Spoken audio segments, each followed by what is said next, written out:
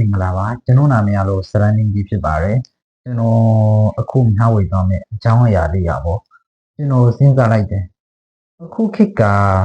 AI ခေတ် IT ခေတ်ဖြစ်နေတယ်ဒီပညာကအရန်တိုးတက်နေတာဖြစ်တယ်ကျွန်တော်တို့လူတွေမှာပညာစာရတဲ့အချိန်မှာတော်တော်များများကကျွန်တော်တို့ပညာရေးတော့ဖြစ်တဲ့အချိန်မှာပညာတစ်ခုကိုပညာရပ်တစ်ခုကိုပဲကျွန်တော်တို့အမေပြိုးမှာပညာသင်ယူကြတယ်ပညာလေ့လာကြတယ်ပေါ့ဒါကကျွန်တော်ရဲ့တယောက်ရဲ့အမြင်မှာပေါ့ဒီပညာဘာသာရပ်ကိုကျွန်တော်တို့က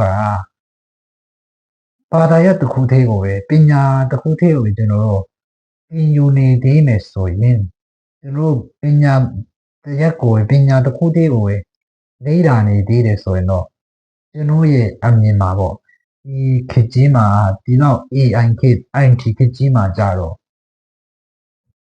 ကိုခေတ်နောက်ကျနေတယ်လို့ခံစားရတယ်ပေါ့နော်ဆိုတော့ဥပမာကျွန်တော်မှာပညာကျွန်တော်မှာကျွမ်းကျင်တဲ့ပညာဘာသာရပ်တွေတစ်ခုရှိတာနဲ့တစ်ခုတော့မဟုတ်သုံးမျိုးရှိခဲ့တော့အဲ့ဒီမှာဘယ်လိုမျိုးတွေကြွားချနိုင်တယ်ဆိုရအောင်ကျွန်တော်နည်းနည်းလေးဆွေးနွေးကြည့်မယ်ပေါ့နော်ကျွန်တော်တို့ပညာတစ်ခုကိုတတ်မယ်ဆိုရင်အဲ့ဒီပညာဘာသာရပ်ကိုတော့ကျွန်တော်တို့ကျွမ်းကျင်နဲ့လေ့လာတတ်မြောက်နိုင်တယ်အဲ့ဒါကကျွန်တော်တို့ပညာတစ်မျိုးတထားရတဲ့အားသာချက်ပေါ့ပြီးတော့မှဘာသာရပ်တစ်ခုတည်းကိုတတ်ရင်ကျွန်တော်တို့မှာအားနည်းချက်တွေကြုံလာနိုင်တယ်ဆိုတော့ဒါတော့ရှင်းလေးပါပဲအလုပ်အခွင့်အလမ်းတွေအားနည်းနိုင်တယ်။ဘာကြောင့်လဲဆိုရင်ကျွန်တော်တို့ဘေးပါဝန်းကျင်မှာအလုပ်အကင်ပေါင်းများစွာရှိတာဖြစ်တယ်။ပြီးတော့မှကျွန်တော်တို့စကီးမတူညီတဲ့အရက်ဒေတာမှာရောက်သွားရင်အဲ့မှာကျွန်တော်တို့အခက်တွေ့နိုင်တယ်။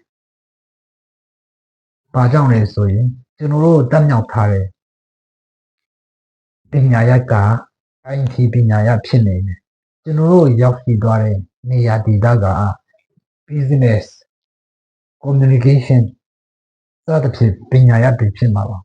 အဲ့ဒီအချိန်မှာကျွန်တော်တို့မှာအခက်တွေ့နိုင်မှာဖြစ်တယ်ဒါကြောင့်မလို့ကျွန်တော်တို့ပညာတစ်ခုတက်ရင်ကျွန်တော်တို့မှာပညာတစ်ခုထဲပဲကျွန်တော်တို့တက်မယ်ဆိုရင်အားနည်းချက်တွေရှိနိုင်တယ်ဆိုတော့ကျွန်တော်တို့ရောက်ရှိနေတဲ့နေရာဒေသမှာနေရာဒေသပေါင်းစုံမှာအပြောင်းအလဲတွေရှိနိုင်တယ်အဲ့ဒီအပြောင်းအလဲတို့အပြောင်းအလဲရှိတဲ့အချိန်မှာကျွန်တော်တို့ဒုက္ခရောက်မှာဖြစ်တယ်ပြီးတော့မှစကေးပေါင်းများစွာပေါင်းစပ်ပြီးမှရှိတဲ့အချိန်တွေမှာကျွန်တော်တို့တတ်ထားတဲ့စကေးက IT ကျွန်တော်တို့ရောက်ရှိနေတဲ့နေရာမှာအသုံးပြုကြတဲ့စကေးပိုင်းတွေက business communication စသဖြင့်ဆိုရင်တော့ကျွန်တော်တို့မှာဒုက္ခရောက်တယ်ဆိုတော့အဲ့ဒါတွေထက်စာရင်ကကျွန်တော်တို့လူငယ်တွေအနေနဲ့ပညာပေါင်းစုံကိုလေ့လာပြီးမှသင်ယူဖို့လိုအပ်တာတယ်ဆိုတော့ကျွန်တော်တို့ပညာပေါင်းစုံကိုတတ်မြောက်နေဆိုရင်ကျွန်တော်တို့မှာအားသာချက်တွေရှိမလဲဆိုတော့အလုပ်အကင်ပေးပါဝင်ကြီးမှာအလုပ်အကင်ပေါင်းများစွာရှိတယ်အဲ့ဒီကြားထဲမှာကျွန်တော်တို့အလုပ်အကင်မှာမစိုးဝင်ရောက်ပြီးမှအလုပ်လုပ်ကင်နိုင်တယ်အခွင့်အရေးတွေပိုပြီးမှ opportunity တွေပိုပြီးမှများမှာပေါ့ပြီးတော့မှဒီဥပမာကျွန်တော်တို့မှာတတ်မြောက်ထားတာကပညာပေါင်းစုံဖြစ်တဲ့အခါကျတော့ကြိုက်တဲ့လမ်းကိုချက်ချင်းရွေးချယ်လို့ရမယ်အဲ့လိုမျိုးဖြစ်တဲ့အခါကျတော့ကျွန်တော်တို့လူငယ်တွေအနေနဲ့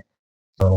ဒီပညာဘာသာရပ်တစ်ခုကိုလေ့လာတဲ့စာရင်တော့ပညာဘာသာရပ်သုံးမျိုးကိုလေ့လာနိုင်တာကဒါကပိုပြီးမှအကျိုးရှိနေမယ်တော့ကျွန်တော်ယုံကြည်တယ်ညှော်ရင်းတယ်ဆိုတော့ခင်ဗျားတို့ရဲ့နေ့စဉ်ရဲ့အထင်အမြင်ရောကျွန်တော်ရဲ့ comment ထဲမှာ main ခဲ့ပါ